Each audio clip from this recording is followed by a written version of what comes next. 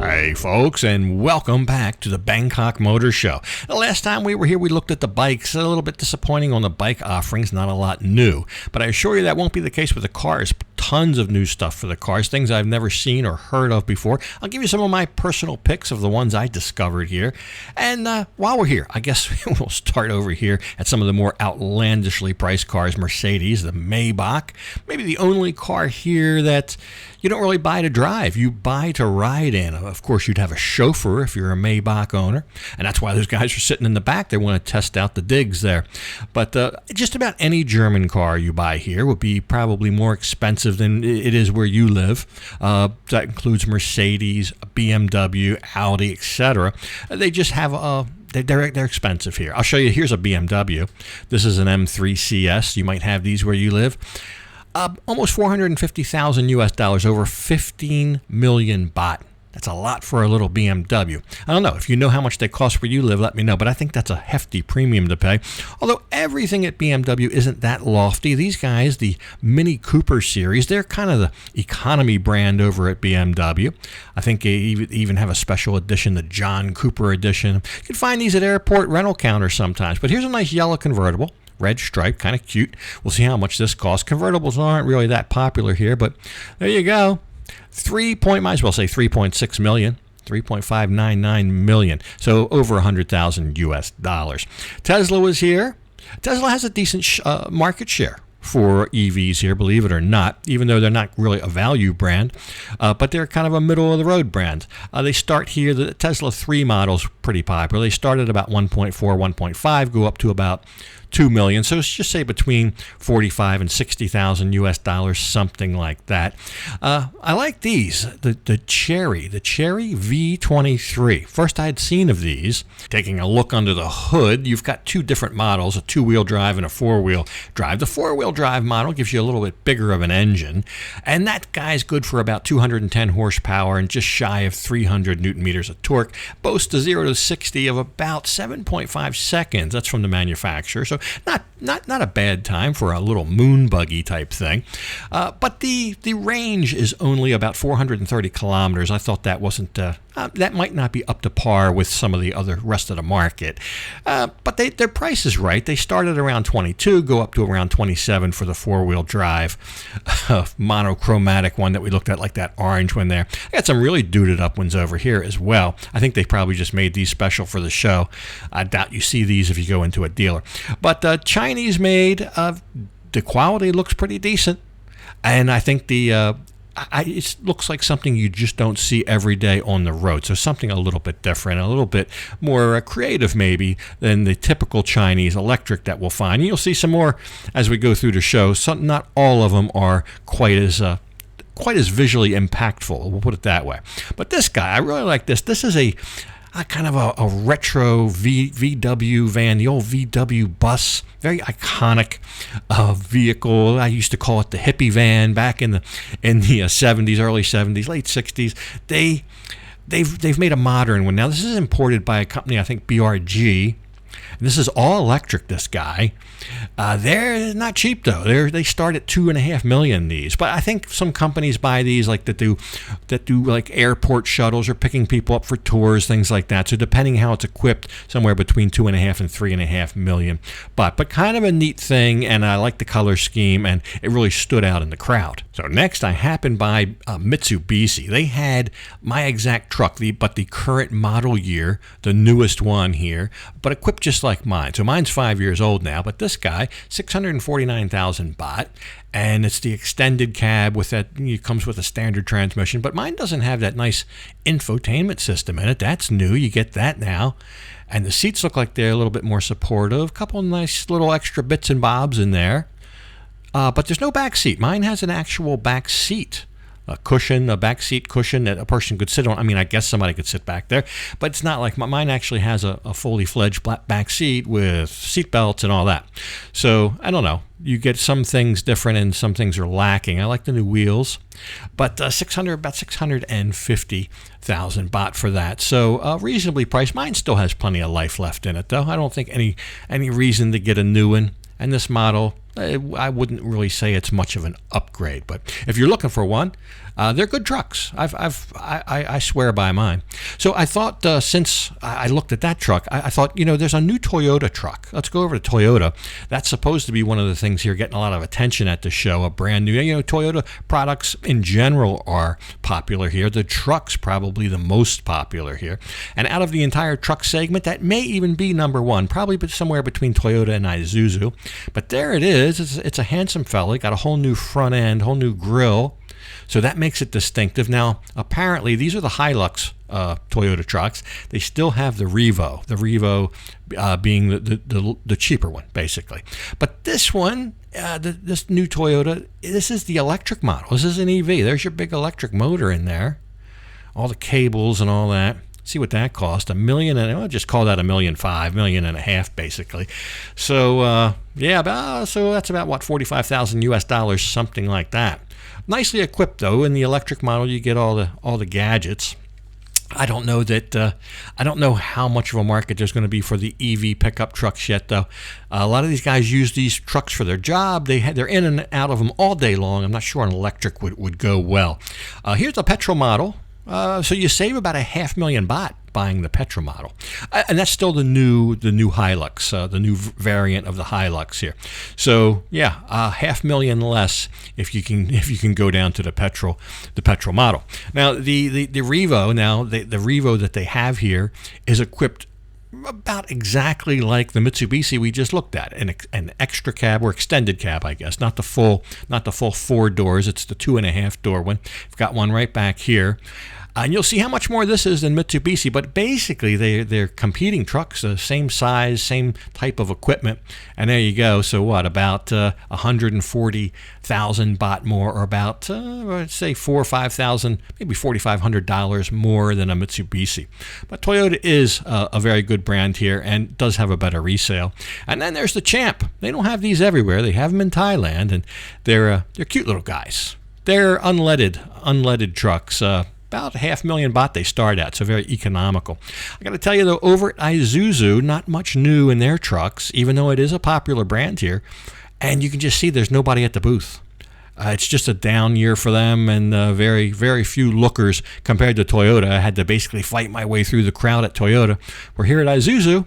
That's not the case. Not so many people here. So after the trucks, I went over here. I saw these driving simulators. These look wonderful. You get a racing seat to sit in. You've got like the racing steering wheel. Great graphics here. Very responsive screen. But they're all full. They're all taken, and there's a queue waiting. So I probably won't get a chance at the wheel, but it looks kind of fun. Looks like a very glorified video game. So we'll see what else we can find. Here's plenty going on at the show. I guess they're selling those. I'm not sure. That'd take up like half of a room or something if you bought one of those. But there is something brewing over here. We'll see what's going on over here. And I see a T63. A T63. I actually know what that is. But anyway, let's see what's going on here, and we'll take a look.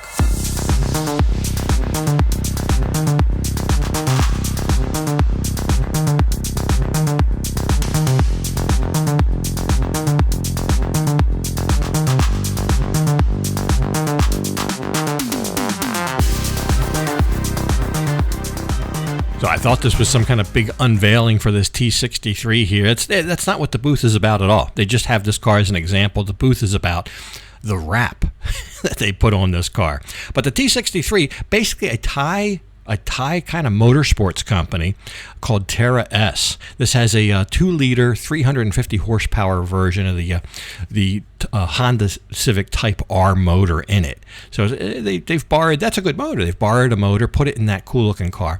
But Phoenix, turns out, is kind of a top shelf company that does wraps. So graphics, etc. So, I mean, there's a lot of mom and pop companies around that do that. But I think this is probably, if you're really looking for a really good quality wrap job, maybe hit them up. There's 2 locations in Bangkok, one in Chiang Mai and one in Chonburi, in case you happen to be in Pattaya.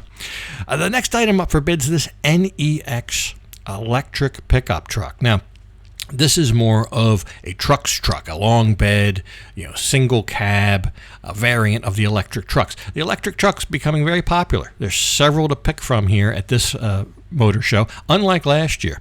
This one's called the EV5, nice big heavy tailgate. And it seems like it's up for some heavier duty action than maybe the Toyota we looked at.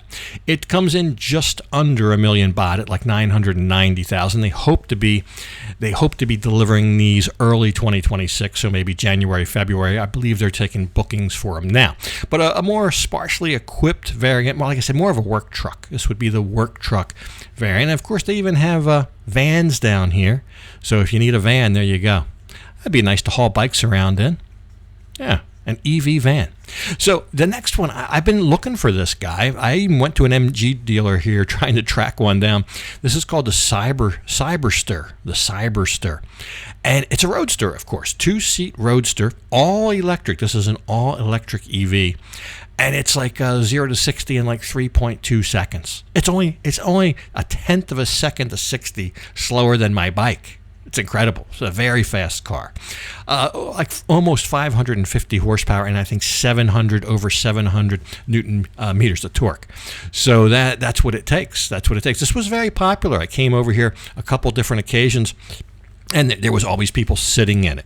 So these go for around $2.5 million. So a little bit more than, say, the performance version of a Tesla S or a Tesla 3. I'm sorry, Tesla S would be much more. So in regards of that, that's pretty competitively priced. Now this would be one of my picks for the show. The DFSK E5 Plus, 800,000 baht, so about $25,000. But I think you get a whole lot here. This is not an EV. This is a hybrid. Okay, so you can do 135, I think, kilometers just on the electrics around town to save that gas. Nicely equipped. I mean, not too gaudy, anything like that. Nice leather seating in there. But you have a 1,200 kilometer range out on the highway with the gas motor and the electric motor. So I think that puts it more in something that's reasonable. I think just about anybody could own that. It would probably be it would probably be okay for most occasions. But I think for the price, for the looks, I think they did a good job styling. It is a brand new vehicle for this year. I like the color. I like the fit and finish. I think this vehicle checks a lot of blocks. And in that price point, it's like the average price of the vehicle here. I think it'll sell well. It's brand new this year. So we'll walk on down to another unlikely place, and I'll show you my other pick, my second pick of the show here. I probably wouldn't really consider buying a car here. I think trucks are the way to go here in Thailand. But here's one down here that if I was going to buy a car, it might be something like this. It's made by Suzuki. I had one of the ladies show me around. But this one is the one that really caught my eye. And this one's all duded up. It's got about 100,000 baht worth of accessories on it. The white wheels, they almost look like snow tires or mud tires on there. It almost looks like a 4x4. But it's very nice inside. It's very rugged. It looks like it sits up a little higher than a car, has more suspension travel. And I think that's what you need with some of these roads. I mean, the cement road or tarmac can just end here without any notice, and they're doing road construction, and it's a terrible road. In the U.S., we have a problem of people slowing down for road construction. They put all kind of speed traps and all road construction. Here, you don't have that problem. They just make the road terrible. You have to go slow.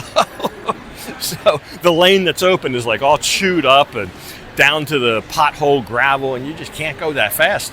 So nonetheless, though, for a regular car or a motorbike going over some of those construction zones, and there could be mud, it's nasty. But if you have a truck, it's a little bit better. Something like this maybe. These vary in price, but this one all duded up is almost 800,000 baht, but still kind of an average price for a car here. I think they start down as low as 500 and something. So depending what model you get, it's something new. The Franks, this lime green little retro looking thing here is 1.4 million. The Jimmy, but it's new. It's got a whole package on. She told me it's 1.4 million. But this is one of the Franks. It's more of a basic one right here. That's your mom and pop Franks. And then they got a nice blue one up here, almost like a Burple. So that's pretty cool. Something I didn't even know existed that's here. So for that reason, there's a lot more to learn looking at the cars. And like I said, the bikes, we did an episode on the bikes. It's just not a lot this year. Look at this one, all fixed up. Well, I guess another surprise here at the show were the campers. Here you go. There's a variety of campers. There are like bodies, shells, there's pop-ups, there's vans fixed up to be a camper. Anyway, we'll try to go through here, but this booth was rammed with people. Big interest in this. Here again, something new. I mean, you might have seen in years past one of these things or something, but now they have a whole fleshed out kind of booth. I guess that's a van, a Sprinter van or something with a whole camper back. There's a pop-up. They got these all in different kind of trucks and so forth. But the one I think that was most popular actually is on one of the new Mitsubishi trucks that we've already looked at. It's over there. We'll go over and take a look. But that's the kind of thing, you could live in, or at least you could live in temporarily. You could do a touring, travel, whatever. Here it is, like one of these brand new Mitsubishi trucks. But inside, that's where you're going to actually sleep above the cab, that little part that juts out there. And there's a little dinette, and behind that is a kitchenette. And I guess behind all that is the bathroomette back there. So you sit there, you have your meal, you crawl up there in the cubby hole to go to sleep. That's where you do your sleeping. I guess there's air conditioning inside, I hope. But in the back, check this out. You can put your little scooter or your motorbike back there, and when you get where you're going, then off you go. Happy days. There you go. Quick look around. It's mobbed here. Hey. I thought that was some kind of dummy. It's a real person with some kind of fake head. Huh. I didn't know leasing was much of an option here. I guess it is. Anyway, maybe something to explore in a different episode. But that's pretty much does it for the motor show. Wraps it for another year. I'm thinking maybe the next one will be heavier on bikes. Hopefully, we'll see. Surprising, because I know I've been following some other shows like EICMA. There was a great big EICMA this year. For whatever reason, though, it was definitely a down year here for the bikes, but an up year maybe for the cars. So that's why we took a look at the cars today. So overall, pretty good motor show, even though it was a little bit disappointing this year for the bikes, as I alluded to. But I think the cars more than made up for it. So there's a little quick look around and a couple of things that I took notice of and I discovered. If you go, you'll probably have all different things that you take notice of and that you discover. So enjoy. Anyway, hope you enjoyed the episode. Something else next time. But for this one, got to go ahead and leave it off right here. And as usual, I'll thank you for watching. And until next time, bye for now.